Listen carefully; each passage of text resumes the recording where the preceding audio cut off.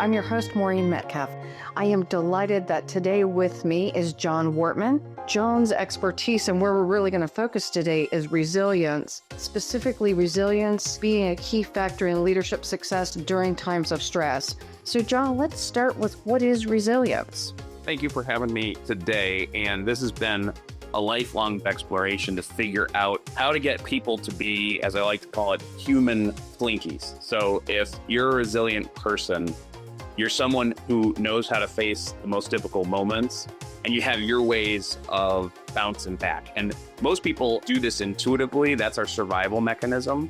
But what's really powerful is the original resilience research in psychology started in Hawaii. And they figured out that kiddos who had grown up in environments with lots of factors that would help them, in fact, not thrive, things like drug addiction in the household, low income levels, low education levels, this same cohort had a third of these kids who shouldn't be successful somehow finding ways to live rich lives over time. What this has led in the world is deep research in figuring out what it takes to be the kind of person who, when things get tough, you know what to do and you actually use those experiences to make yourself better. So Maureen, for you, what has resilience been in your work? We talk about looking at how much a disturbance a system can absorb.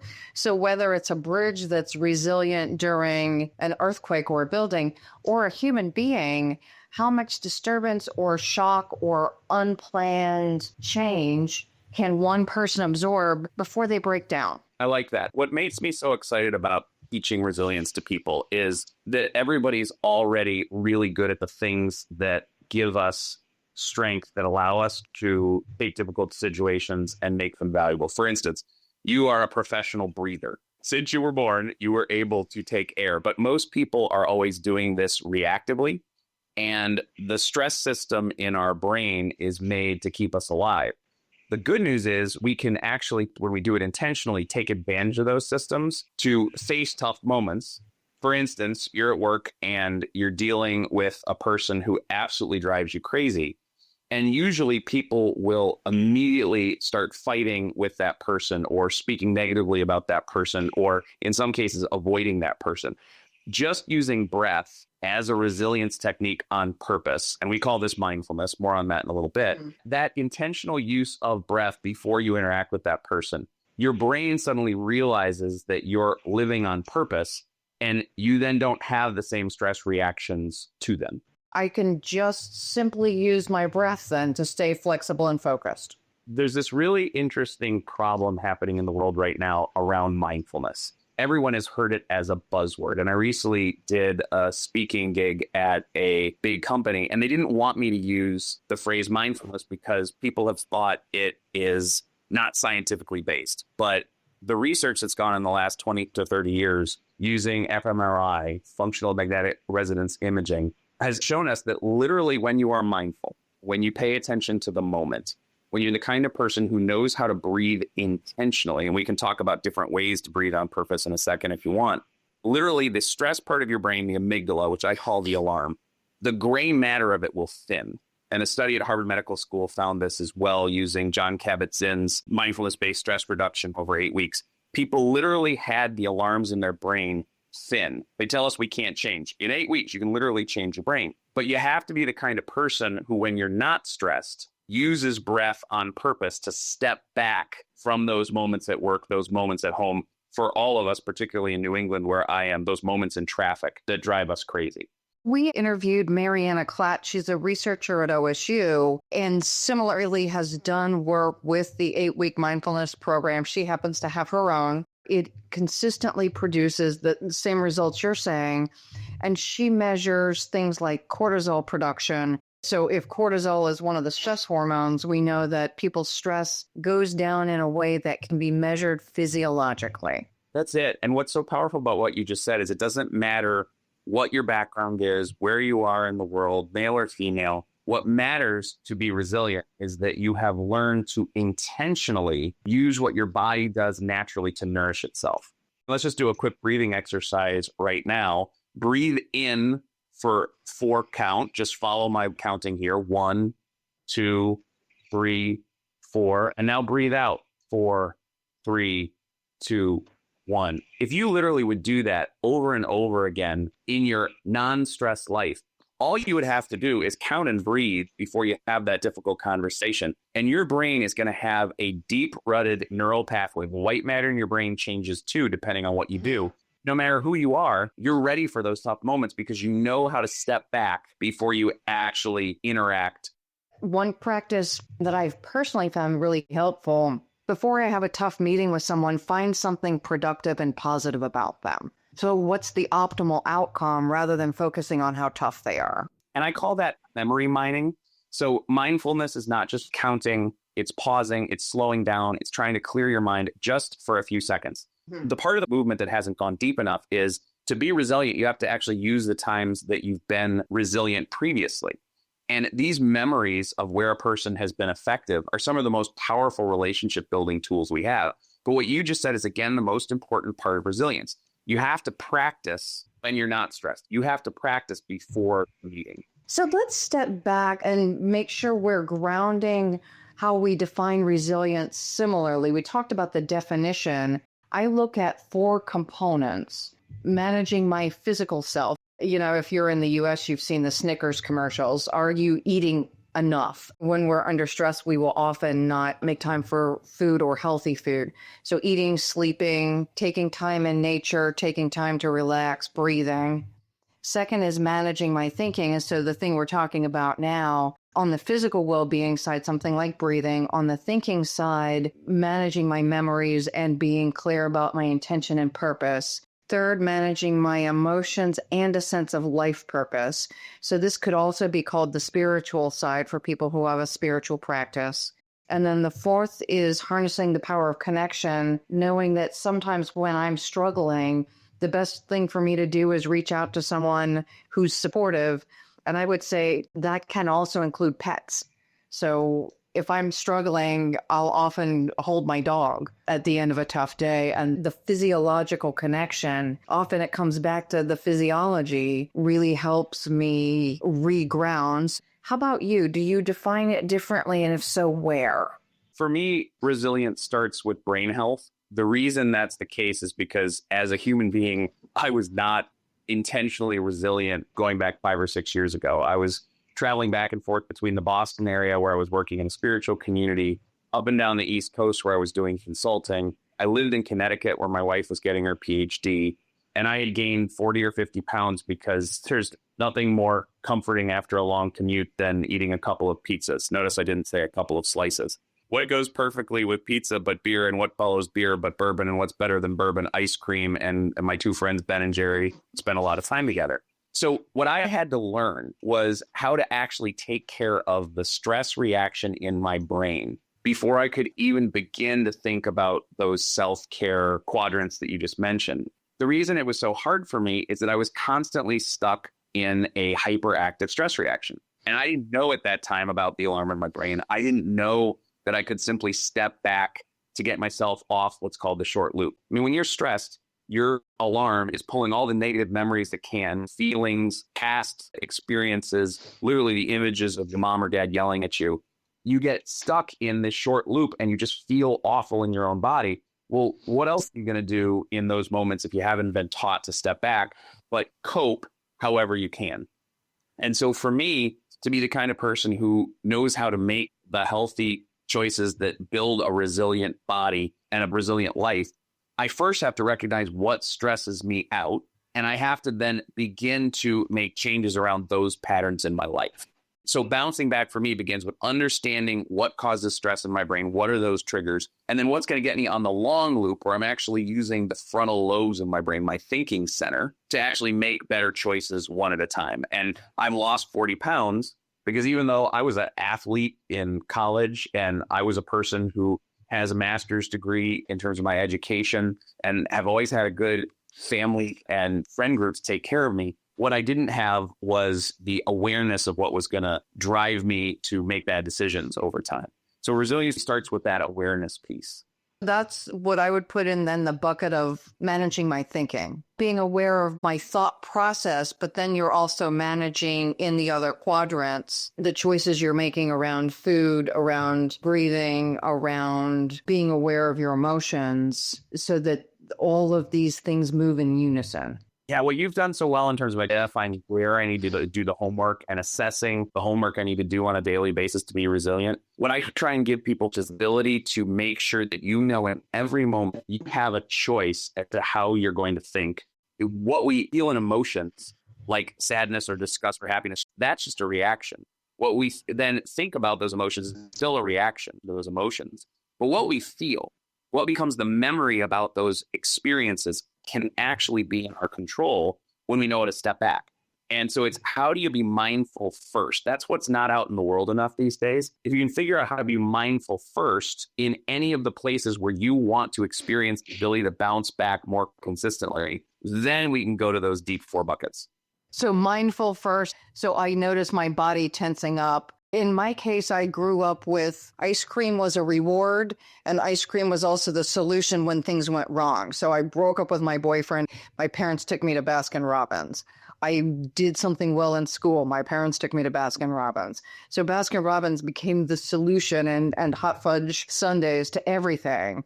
And so now when I'm not even aware that I'm stressed, I'm now seeking out hot fudge sundaes, and like you with pizzas, I needed to be a lot more conscious than I was. What was this compulsive desire for ice cream? It's even more powerful than that is that you had to be aware that in those moments you were reacting. Your alarm was firing. And the great part about modern life is that because we're not fighting to survive all the time, we can pay attention to where our body and brain are, step back for a second, get on the long loop, and then do this resilience building that you talk about in the 4 buckets.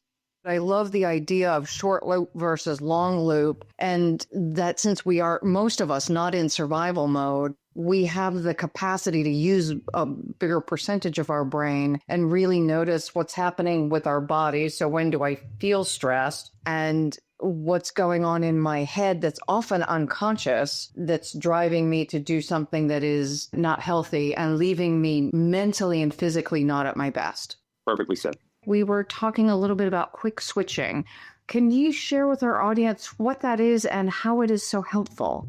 Quick switching is when you are mindful first. So you will pause for 2, 10, you don't even need to be more than 30 seconds to get your brain back online. And what that means is that all the parts of your brain, the highways between them, the pathways between them, that's the white matter in your brain, are open.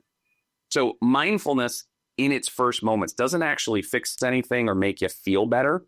You're not more resilient because you're mindful first. It's because it then makes it possible for you to get off the short loop and then next choose what you want to focus on. Quick switching is either in a breath, to be breathing in and then filling yourself with the feeling you want to feel from your memory center on the out breath, or it's being mindful first to 2, 10, 30 seconds by looking or listening or counting or using a great memory from the past, that image that brings you to a peaceful place, and then focusing on what you care about. And these are your 4 buckets. So for instance, if I'm an artist, Annie Lamont, the author, was famous for lighting a candle before she'd write.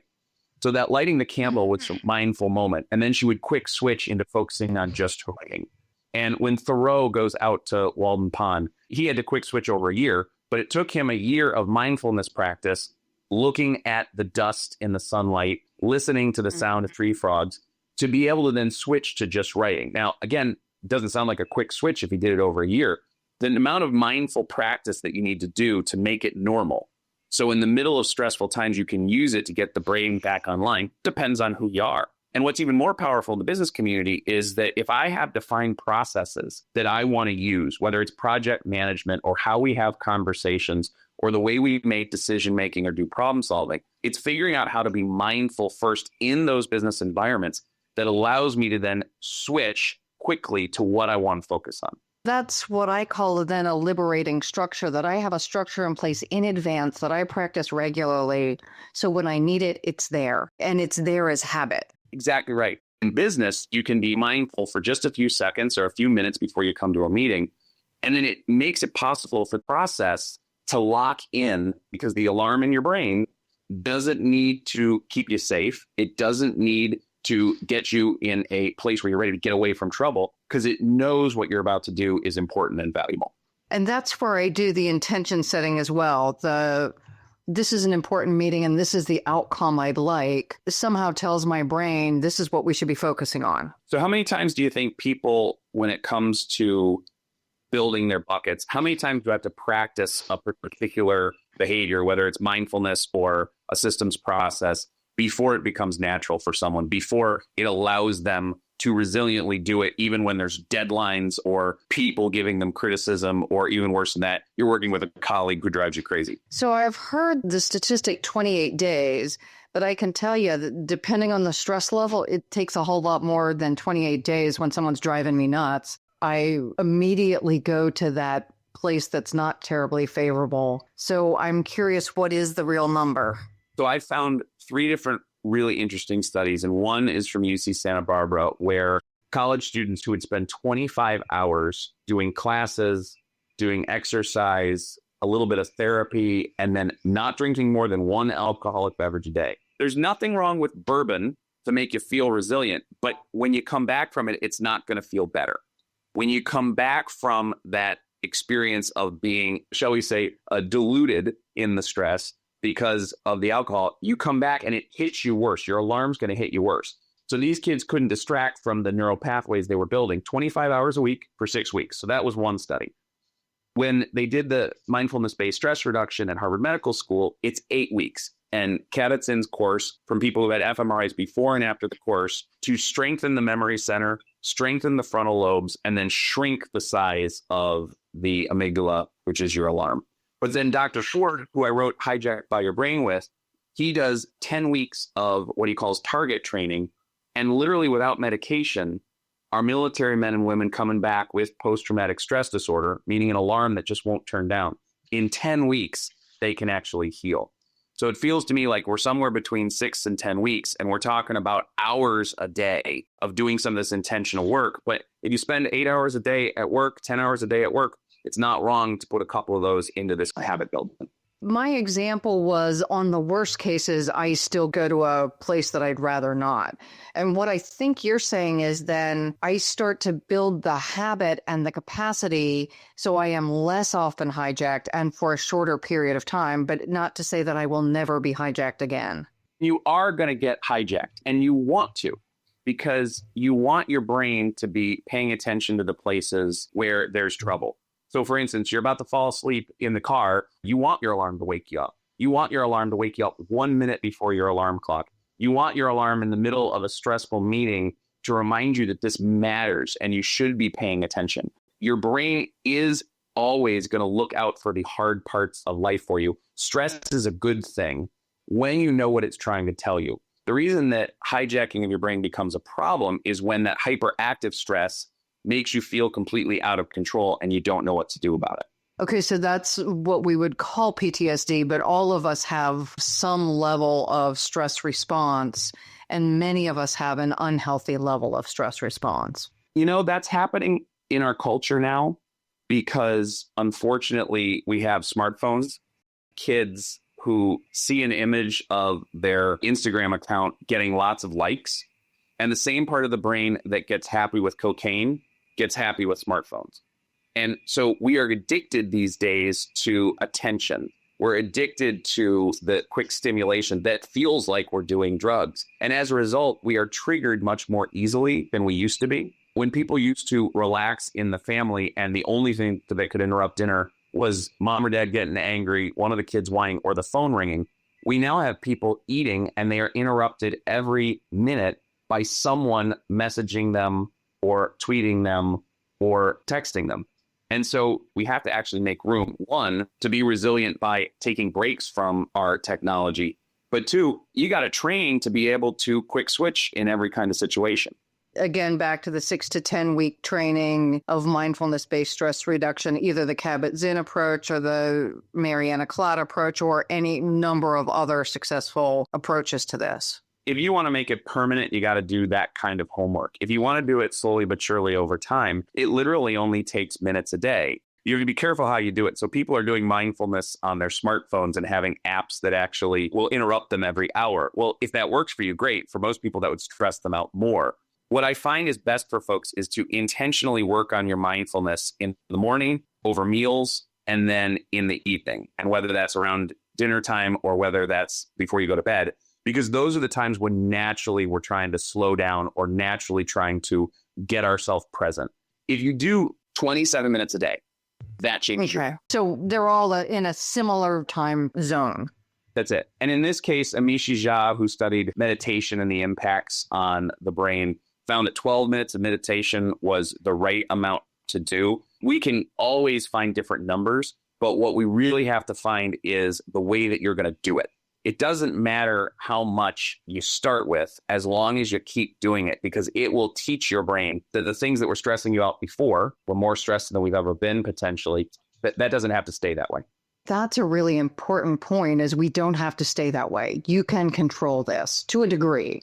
You can't control other people and the silliness happening in the world, but you can control how you respond to it. And not just the way you respond, the way in which you actually think about it. So let's go to your 4 buckets. The way you think about stress, the way you think about the people who drive you crazy, that doesn't have to be an emotional experience or an emotional thought. It can be a feeling that you go to by quick switching, little mindfulness, and then call up the feeling of saying that person who's difficult is making you better. That person who is difficult is teaching you something. That person who's difficult is in fact valuable because they're talented, and you're going to work with them even though they cause you stress. We know in our families, we put up with each other even though we cause each other stress. And so the key is to actually start to build memory files of thinking about stress and stressful situations that allow you to bounce back quicker. You can't stop the feeling in your body of stress. What you can do is change the feeling you have about what you're going to do with it. So I don't change the feeling. Someone comes in and yells at me or whatever the thing is. Somebody cuts me off in traffic. That's still going to frustrate me. It's going to absolutely irritate you, and it should cause a spike in your adrenaline. But it doesn't have to last as long as it does for most of us.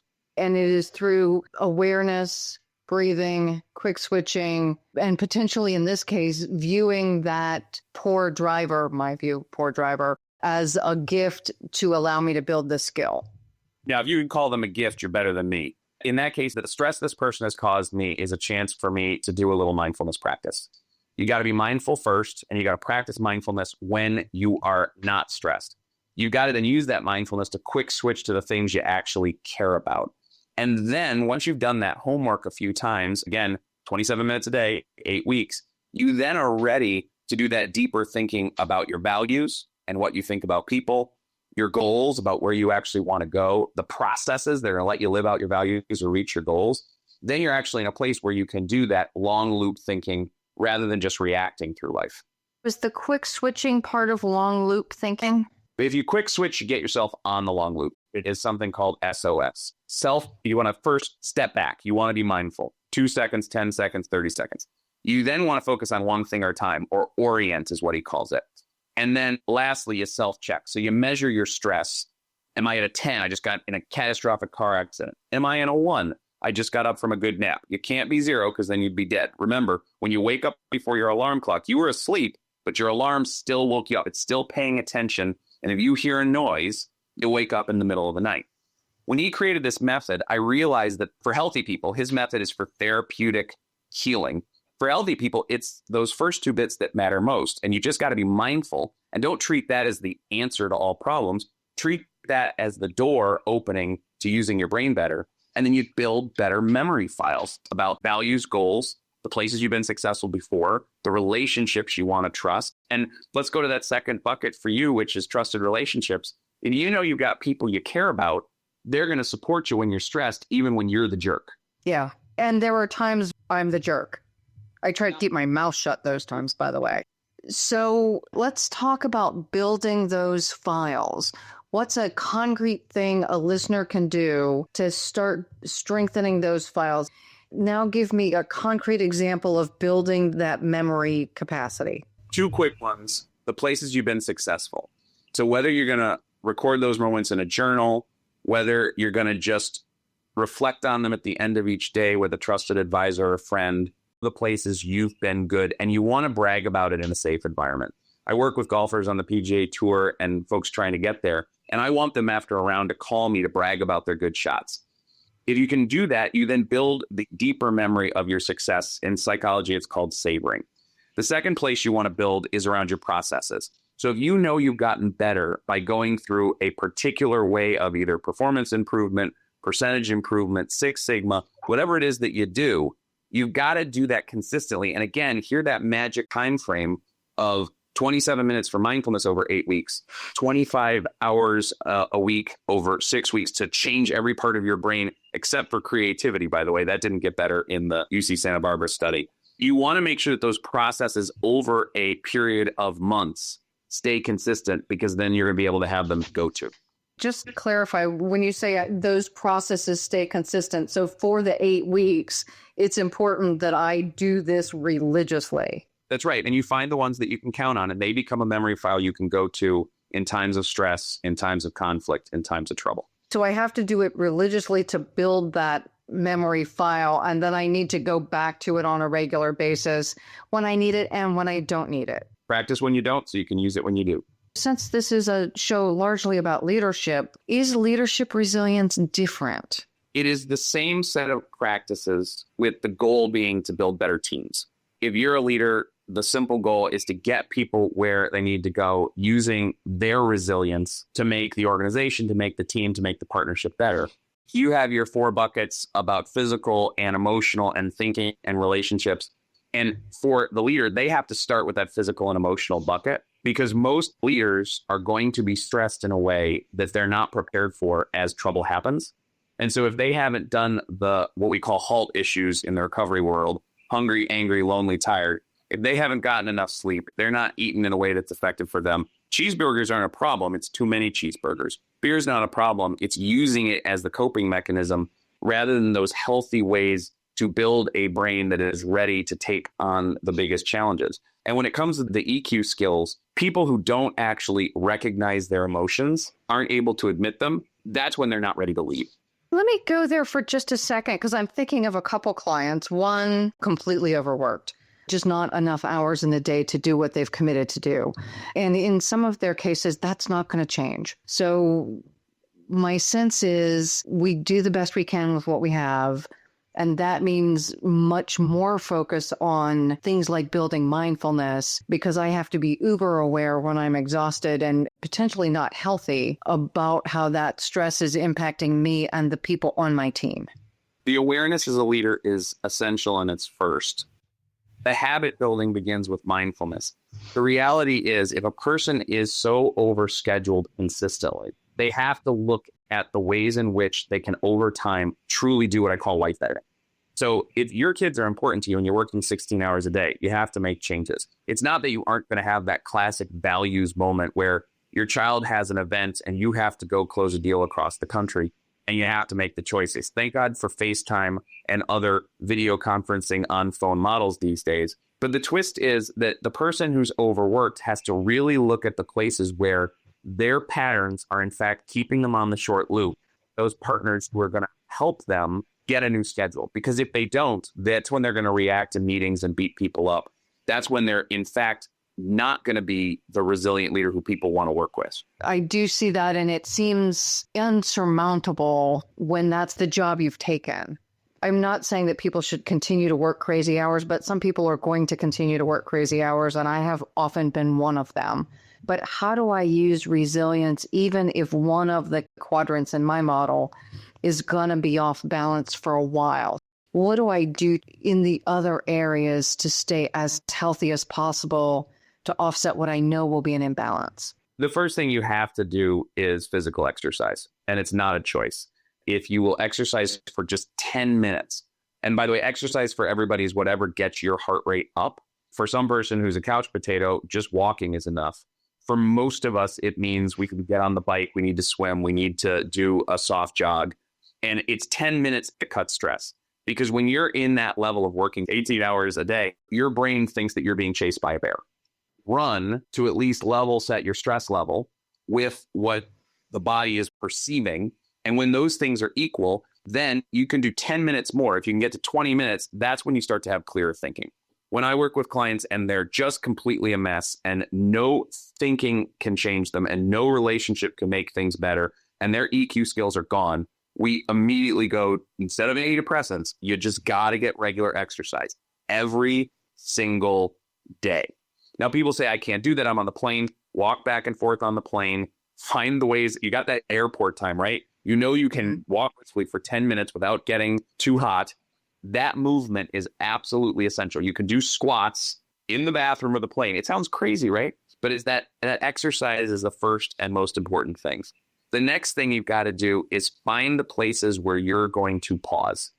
So whether that's doing mindfulness exercises, whether that's doing entertainment that you love, Netflix, your favorite book, spending time with a friend, you've got to have that time where you're letting your brain rest, because cognitive fatigue happens for most of us in 30 to 90 minutes. The folks in the military, in the turrets of tanks, in the hot seat of the Humvee, they don't stay there for more than 30 to 90 minutes, depending on how much smartphone usage they had. Then their attention spans are shorter because, again, their brains literally don't work anymore. If you get those breaks, it allows you in the midst of incredibly intense times to be able to come back and keep working. Another version of the breaks, though, is every hour. They've found in a University of Illinois study that if you take 2 short breaks per hour, it actually makes you more effective as a performer. If you don't take the breaks, your results decline precipitously. Is a short break going to get a cup of coffee and then using the restroom?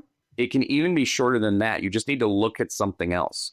So one of the things that we do for folks who have road rage is we ask them to put a picture of a family member they love or of their family or of a place that they love in the visor of their car. And as they're having that rage, they pull over to the side of the road and they actually look at that picture. If you just look at something different, now not being interrupted, because we found in other studies that 23.5 minutes is how long it takes to get back from an interruption.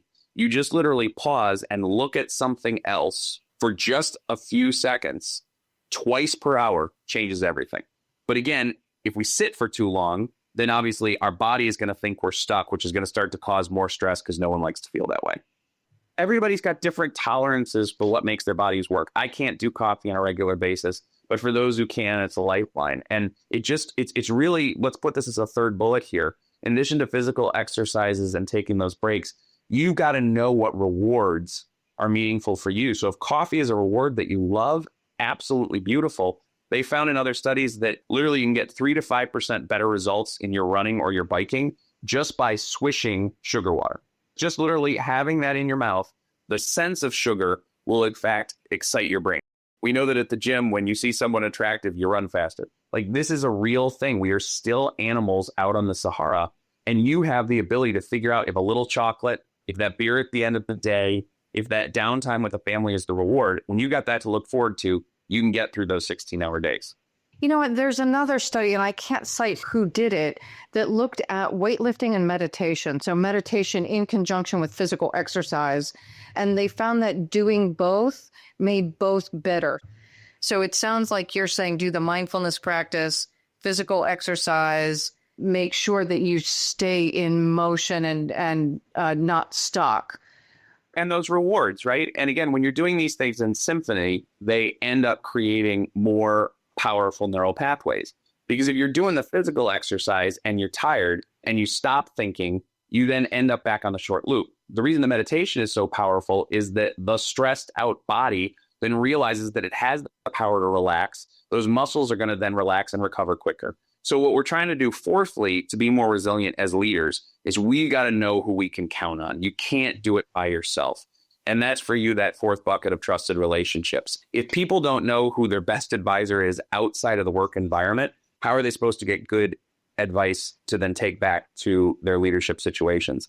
If you don't have trusted teammates who you know you can go to with your unsorted thoughts or the biggest problem you're facing, it doesn't matter how much resilience homework you do on your own brain, it always stays inside yourself.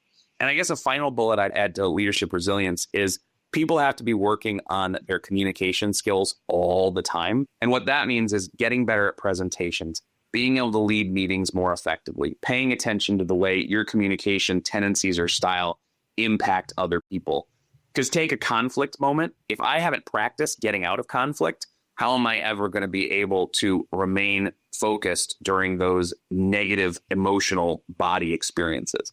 And so if people do these 5 things, you're going to go back to work and people are going to love being around you. And the best part about resilience habits is they become intuitive. You always unconsciously been effective as a leader. But when you start to do it consciously, people see your shoulders relax, your tone more warm and comforting, and most importantly, your ideas become more impactful. Which sounds brilliant. I want to add to one of the pieces you're talking about, and then I want to ask you to restate them. This idea of emotional intelligence, we talk about building relationships and communication and building them when you don't need them. Talk a little bit about the emotionally intelligent relationship and why being emotionally present, how does that impact others physiologically? The two skills that matter to be really emotionally intelligent at work are to be a mindful listener, so to really hear what the other person is saying and their meaning, and then being able to paraphrase or ask good questions that dig deeper with people. If we would just, as leaders, use those simple skills a little more often, people would be doing their best homework with us. As a result, the relationship's stronger because they know that you as a leader are a safe space. In terms of the physiology of emotion, remember the pattern. You have a negative emotion like disgust. It causes the thought, I don't like this situation, which then becomes a repeated feeling in the body. I don't want to go to work. I don't want to work with this person. And so when we practice attentive communication, particularly in conflict, what it allows us to do is create a different set of memory files that people have around us. And remember triggers, like you will get triggered by so many different things at work that bring up past experiences that were difficult for you. The leader who is resilient is tied to the best stories that are emotionally grounded with thoughts that make you feel good, and then those deep feeling memories of wanting to work together. Positive stories, positive feelings, and I'm trying to point to a specific thing. So I understand that I have to ask questions and then very actively listen. Do I also need to self-disclose? No. You need to be able to tell stories about struggled and learned, but your deep emotional feelings are things, in my opinion, that need to be processed in the safe spaces. But right now, people are triggered so easily by the changes that are happening in society, the advent of insanely fast technology, and the political environment globally. And as a result, if you get into deeper emotional stuff at work, that doesn't mean you don't say, hey, I've given bad talks before and learned from them, or I've gotten into conflict situations that are painful and use those to get better. But it means if you got really raw emotional work to do, you got to do that training offline. Oh, yeah, got it. I was just thinking that sharing, like, I've had a tough time too, so it's not me on a pedestal above you. Oh, my goodness. You absolutely have to be vulnerable to show the places where you have learned. Thank you. Can you, in 30 seconds, relist those 5 elements for leaders and then give our listeners your contact information? You got to do the physical exercise 10 to 20 minutes. You've got to be the kind of person who is practicing your mindfulness first. You've got to be the kind of person who has rewards. And as you're doing that reward work, you want to make sure that you're the kind of person who is constantly practicing your communication skills. You do that and you're going to build trust. So you can reach me by going to Wortmann at thoughtleadersllc.com.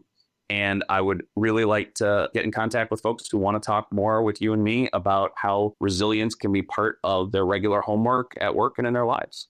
Thank you so much, Jon. And for our listeners, please, as you think about those 5 areas, is there one where you are a little less effective? So are you getting enough exercise? Are you managing your thinking? Are you being vulnerable? Are you working on communication? Pick one and take on one activity that will help move you forward. I don't know anyone right now in my life who doesn't need a little bit of practice in the space of resilience, including me. We look forward to hearing from you, hearing your feedback, hearing any requests you have for future shows, and we look forward to connecting again with you next week.